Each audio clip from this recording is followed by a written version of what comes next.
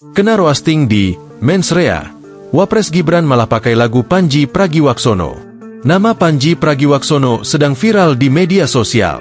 Pemicunya tak lain adalah penayangan stand-up show miliknya yang bertajuk Mens Rea di Netflix sejak 27 Desember 2025. Sebagai informasi, Pandji Pragiwaksono dikenal luas sebagai aktor, presenter, penyiar radio, rapper, sutradara, hingga komika.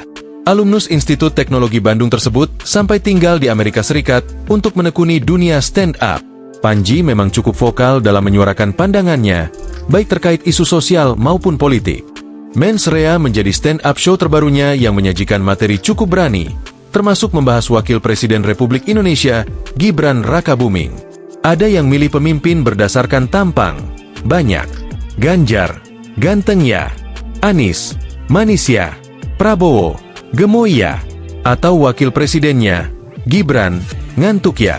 Salah nada, maaf, Gibran ngantuk ya? Nah gitu nadanya. Gibran ngantuk ya?